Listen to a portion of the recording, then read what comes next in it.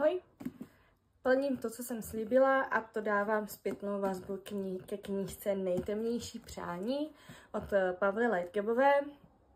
Není to takový hype nebo aha efekt, jaký jsem od této knihy očekávala, podle toho, jak oni mluvili jako holky na Instagramu nebo na TikToku nebo jiní booktokeři, ale je to česká autorka a čeští autoři by se měli vždycky podporovat.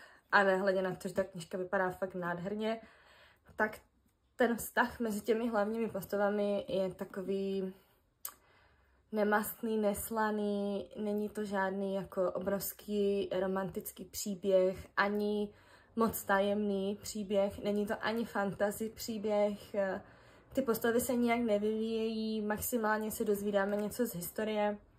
Ten obrovský plot twist na konci není úplně tak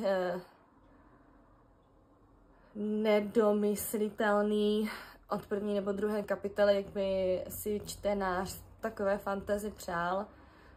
Myslím si, že každý, kdo se do té knihy začte, tak si uvědomí, co je ten plot twist na konci a kam ta kniha celou dobu směřuje. Když se podívám na ty dva hlavní hrdiny, tak rozhodně nečekejte obrovský žhavý vztah, jako třeba v Akotaru od Feyre a Rysanda nebo ve Čtvrtém křídle od Zejda a Violet. Je to spíš taková pomalá romance. Oni dva vědí, jak na tom jsou, vědí, co všechno si můžou a nemůžou dovolit, ale není to takový ten oťukávací, žhavý, hádací vztah jako v jiných fantasy nebo young adult knihách, na kterých jsme zvyklé.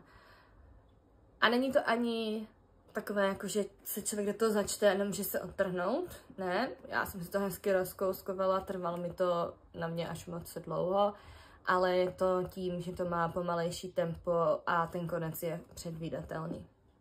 Takže za mě 3 hvězdičky a půlka hvězdičky za to, jak je ta knížka nádherná, takže 3,5 hvězdičky z 5. Podrobná recenze pak vyjde na databázi.